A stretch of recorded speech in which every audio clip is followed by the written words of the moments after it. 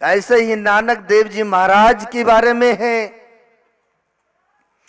किसी घास काटने वाले भक्त के घर में चले गए और वहां पर जब गए, उस गांव में कोई सेठ का घोषणा था, आए गए बड़े बुजुर्ग के लिए, बच्चे के लिए, सब के लिए भोजन यहीं पर बनेगा और कोई भी घर में चूल्हा नहीं जलाएंगे।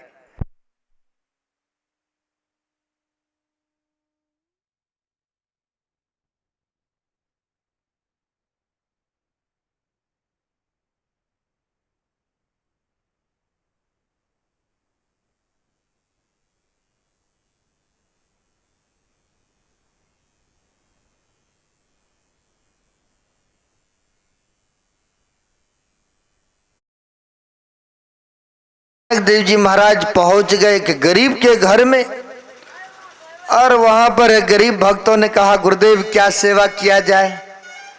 कहा, अरे भक्त जो तुम्हारे घर में वही तुम खिलाओ। कहा, गुरुदेव यह गांव में एक सेठ के यहाँ सबों के लिए भंडारा है, चला जाए, वहीं चलेगा बढ़िया। कहा, देखो उनके अन्न नहीं खाना है, मैं तुम बनाओ तुम्हारे घर में जो भी है। बेचारे के घर में साग रोटियां था, बनाया, प्रेम से बना रहे थे। सेठ का आ गए, जो होते ना चलो चलो खाने के लिए कहने वाला, आ गए, देखते ही इनके घर में साग रोटियां पक रहा है। कहा, आपको पता नहीं है कि सेठ का आदेश आए गए के लिए, सबके लिए भोजन वहीं पर होगा, फिर आप क्यों इस तरह से बना रहे हैं? कहा, हमारे गुरुदेव का आदेश है इसलिए तैयार करा। उनको जाके मना किया, कहा नहीं हम यही खाएंगे। तो क्यों नहीं वहां खाएंगे? कहा, सेठ का अन्न जो होता है वो पवित्र होता है। अब ऐसा कहा, एक भिखारी भिक्षु साधु फकीर ने, उनको बड़ा लगा, मंत्री को गुस्सा क्रोध, जाके सेठ से कहती, एक साधु बाबा आए हैं, वो ऐसे ऐसे कह रहे कि सेठ का अन्न वो पवित्र होता है। कहा, इतना बड़ा घोर अपमान मेरा, चलो चलते हैं, वह महात्मा का खबर लेते हैं। आ गए वहां से इन घर में, गरीबों के घर में आ गए। कहा, कहाँ है तुम्हारा गुरुजी? बताओ। नहीं खाता नहीं आता अलग बात, लेकिन मेरी अपमान। का सेठ का अन्न वो पवित्र होता, बताइए क्या सबूत, क्या प्रमाण है, कैसे वो पवित्र होता है, इसका सबूत तो दीजिए। साधु बाबा के पास आया, ऐसे कहने लगे। कहा, देखिए हाँ वास्तव में सेठ पवित्र हुआ करते हैं। कहा, इसका पहले उदाहरण, पहले प्रमाण दीजिए, तब न मानेंगे। कहा, ठीक है तुम्हें सबूत चाहिए तो ठीक है, मैं देने के लिए तैयार हूं। कहा, जितने प्रकार की व्यंजन तुम्हारा भोजन बना है तुम ले आओ, और हमारे गरीब का जो भोजन है इसे भी हम ले आता हूं। तुम दोनों देखना किसका कितना किसमें गुण है। ले आया, जितने प्रकार के बना हुआ था व्यंजन ले आया, और ले आकर के यहाँ पर दोनों को प्लेट में थाल में रखा गया। सब थोड़ा थोड़ा एक हाथ में गुरु नानक देव जी महाराज ने सेठ का भोजन लिया, और गरीब भक्त जो था इनका भी साग रोटी दूसरे हाथ में लिया, और दोनों को ऐसे दावते हैं। दावा उनमें से जो सेठ का अन्न था, जब निचोरा तो पानी निकलेगा, यही नहीं होगा, रस निकलेगा, लेकिन सेठ के अन्न से ब्लड निचोड़ करके टप टप रक्त नीचे निकलने लगा। जब रक्त निकला, और जो गरीब भगत था, मेहनती भगत था, ईमानदारी की रोटी खाते थे, ईमानदारी के जीवन यापन करते थे, सच्चाई पर चलते थे, जब उनके जो भी पसीने मेहनत की कमाई थी, उनका जब भोजन लेकर हाथ में निचोरा, तो उसे दूध के बूंदे टपक पड़ा। दूध के बूंदे टपक पड़ा। कहा आप ही बताओ सेठ जी, क्या रक्त पान करूं खाऊं कि दूध खाऊं? मैं बताओ, दूध पान करूं? कहा महाराज ये तो बड़ी गजब की बात, ये कैसे? कह रहे तुम सेठ हो, दूसरे को न जाने कहां कहां से जबरन जबरदस्ती कैसे कैसे करके धन रुपया को इकट्ठा करता है, गरीबों को निचोड़ करके ठग करके जैसे भी होता है सेठ कहलाते हो। तो वह क्या है, हक दूसरे को मारे, इसीलिए तो उसमें खून निकल रहा है। हमारे ये भक्त है, यह पसीने मेहनत ईमानदारी की कमाई है, इसलिए इनके भोजन से है दूध के बूंदे निकला। यानी संत जो होते हैं भाव और प्रेम के भूखे होते हैं, है ना, भाव और प्रेम के भूखे। वैसे ही वहां पर 56 प्रकार की व्यंजन को त्याग दिए, लेकिन भगवान कृष्ण ने उनका दुर्योधन का अहंकार बड़ी भोजन नहीं लिया। इसलिए कहा दासी सुत भाजी, जप तप नेम आचार करे बहुत तेरा को। बहुत जप तप आचार कर रहे थे जंगलों में, लेकिन भगवान श्री राम सबके पास नहीं गए। जब तप आचार करे बहुत तेरा को, अखाए सबरी के बैर ऋषि मुनि सब रोए। सब ऋषि मुनि रोते हैं, कपसते हैं कि मेरे कुटिया कितना सुंदर है, भगवान को तो यहाँ आना चाहिए था, लेकिन मेरे पास नहीं आकर के चले गए वहां भिलनी के कुटिया में, शबरी के कुटिया में, जो कि कंद मूल फल ला करके रखा करते थे। कहीं आज ही ना आ जाएंगे हमारे प्रभु श्री राम। प्रेम देखते थे, श्रद्धा देखा करते थे भगवान। इतना ही नहीं, अगर युधिष्ठिर जी महाराज ने सभाओं को यज्ञ कराया था, आपको पता है, महाभारत को पढ़े होंगे। कहते हैं किन्नी यज्ञ युधिष्ठिर बटोरा सकल समाजा, मर्दा सबका मान स्वपच बिना गरी घंट नहीं बाजा। भगवान कृष्ण ने और वेद व्यास जी ने कहा था युधिष्ठिर जी से, इनको गलानी होने लगा कि अपनों को ही यह गद्दी धन रुपया मकान के लिए मैंने युद्ध किया, अपनों में ही इतने आदमी मारे गए, ये ठीक नहीं हुआ। भगवान कृष्ण ने समझाया बहुत तरह से, लेकिन युधिष्ठिर जी महाराज फिर भी नहीं मानती। कहा तुम यज्ञ करो, तुम्हें अगर लग रहा है कि हमने हत्या किया, पाप किया, अरे एक घड़ी घंट रख देना, और जब यज्ञ पूर्ण होंगे तो वह अपने आप ही घड़ी घंट बजेंगे, और वह घड़ी घंट अपने आप बजेंगे, और अपने आप जब बजेंगे तो समझना तुम्हारा पाप सभी कट गए। कहा क्या घड़ी घंट को बजाते, कई बार आप लोग मंदिर में जाएंगे तो घड़ी घंट को बजाएंगे तब न बजेगा। कहा तुम दान पुण्य करोगे, यज्ञ करोगे, साधु संतों को खिलाओगे, और घड़ी घंट अपने 3 बार बजेंगे तब तो तुम्हें तसल्ली होगी। बोला हाँ भगवान, तब तसल्ली हो जाएंगे। बहुतों साधु महात्माओं को निमंत्रण दिए, बहुतों को बुलाए, और सबको भोजन कराए, सबको दान दक्षिणा दिए, लेकिन एक बार भी घड़ी घंट अभी तक नहीं बजा। भगवान कृष्ण से युधिष्ठिर जी पूछते हैं प्रभु किन भक्तों का भोजन नहीं हुआ है जिसके कारण से अभी तक एक बार भी घड़ी घंट नहीं बजा? कहा देखो काशी में एक स्वपच भगत है, और तुमने नीच जात जान करके तुम लोगों ने उसको निमंत्रण नहीं दिया है? तुम लोगों ने स्वपच जान करके उनको आमंत्रण नहीं किया। जब तक ऐसे भक्तों का भोजन नहीं होगा तब तक तुम्हारा यज्ञ पूर्णाहुति नहीं हो सकती। भेजा किनको? भीम को भेजते हैं।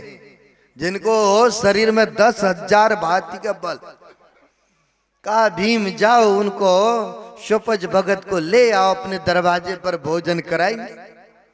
बड़ों का आज्ञा मान करके भीम चला तो गया, लेकिन मन में भिन्नता खिन्नता कि कैसे डोम के पास हमारे भाई साहब भेज रहा, जाति के नीचे है उनके पास भेज रहा। अब गए, बड़ों का आज्ञा मान करके चले तो गए, जा करके सीधी सीधी कहते हमारे भाई साहब आपको बुलाए हैं भोजन के लिए, चलिए हमारे दरबार में। कोई नमस्कार नहीं, कोई प्रणाम पाती नहीं। और संत जो होते हैं जानी जाने होते हैं, संतो भाव के प्रेम के भूखे हुआ करते हैं। जान गए इसके अंदर में अहंकार भरा पड़ा है। कहा तुम लेने के लिए आए हो, ठीक है मैं चलूंगा, लेकिन तुम आए हो तो मेरा वो झोला बैग है वो उठाओ, फिर चलता हूं तुम्हारे साथ। अब लेके जाना है। अब सोचने लगा ये नीच वर्ण का झोला बैग मैं उठाऊं? चलो भाई का आज्ञा है, कोई बात नहीं। एक उंगली को लगाते हैं संतों के कहते चरण धूली भी अगर मिल जाए तो आदमी का कल्याण उद्धार हो जाती है। लेकिन भीम अहंकार बड़ा पर करने से अंदर में अहंकार पल रहा था, इस वजह से एक उंगली से संतों का झोलिया उठाते और ऐसा हुआ वह झोली हिलता तक भी नहीं है, क्योंकि अहंकार था ना उसके अंदर। एक उंगली से उठाने का प्रयत्न किया लेकिन झोलिया उठा तक भी नहीं, पूरे बाजू का ताकत लगा दिए, लेकिन फिर भी संतों की झोलिया उठा नहीं पा रहे, नहीं उठा पाए। पूरी बाजू के पूरी शरीर का ताकत लगा दिए, लेकिन एक संतों की झोली नहीं उठा सके, क्योंकि अहंकार था। आके कहते हैं आपको चलना हो तो चलो मेरे साथ, नहीं तो पड़ा रहो कुटिया में। कहा जाओ तुम, हमें तुम्हारे साथ जाने की आवश्यकता नहीं। संतों प्रेम के भाव के भूखे होते ना। कहा जाओ तुम। खाली ही भीम चले गए। युधिष्ठिर जी महाराज पूछते क्या हुआ, नहीं आया? भगवान कृष्ण ने कहा आप जाओ विनम्रता से उनको लेके आओ, तब आएंगे। और युधिष्ठिर जी महाराज पैदल गए हैं रथ को लेकर के। आप पैदल रथ उनके लिए खाली लेके गए हैं, और जैसे ही संतों के पास पहुंचते हैं साष्टांग नमन करते हैं। देखिए जिनमें जिस गाछ में फल लगता है वह टहनी स्वतः नीचे की तरफ झुक जाते हैं, और जिसमें नहीं लगता तो आकाश की ओर है। और क्या होता आकाश की ओर तो हवा आंधी चलेंगे, हो सकता उसे हवा आंधी जोर में उसे तोड़ के नीचे भी गिरा देते। इसीलिए कहा है यह मस्तिष्क है जब तक जीवित है तबे तक यह काम आते हैं। और कहते हैं संत महात्माओं के देवी देवताओं के या माँ बाप के चरण में यह मस्तिष्क को झुका लो तभी तक काम आएगा, जब तक जीवित है। मर जाने के बाद तो इसे पूछता भी नहीं मस्तिष्क को। कहते पशु के खोपड़ी तो काम भी आ जाते, मंसाहारी इसे भी भक्षण कर लिया करते हैं, लेकिन मनुष्य की खोपड़ी कोई काम नहीं आती है। इसीलिए किसी कवि ने बड़ा अच्छा कहा है, झुकता है वही कि जिसमें जान होती है, झुकता है वही कि जिसमें जान होती है, अकर से मुर्दों की भी पहचान हुआ करती है।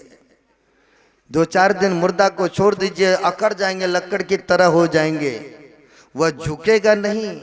कहते हैं जो मस्तिष्क जो मानव जीते जी संत महात्मा माँ बाप के या मंदिरों में मस्तिष्क नहीं झुकाता है तो वह जीते जी मुर्दा की समान है ना।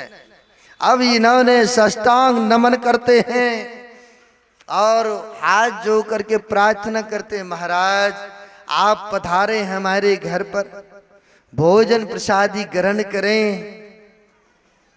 तो कहते हैं सोपज भगत, राजाओं का अन्न अपवित्र हुआ करते हैं।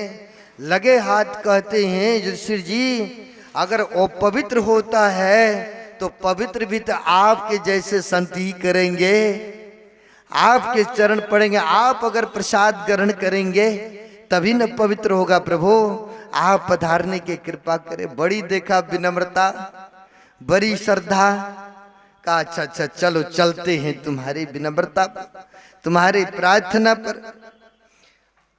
जब द्रौपदी को पता चला कि ऐसे भगत आ रहे हैं जिनके भोजन करने से यह घड़ी घंट जो वर्षों से टंगा हुआ है और उनके भोजन करने से घड़ी घंट आप ही बजेंगे, तो द्रौपदी ने 56 प्रकार की व्यंजन बनाई थी। 56 प्रकार की भोजन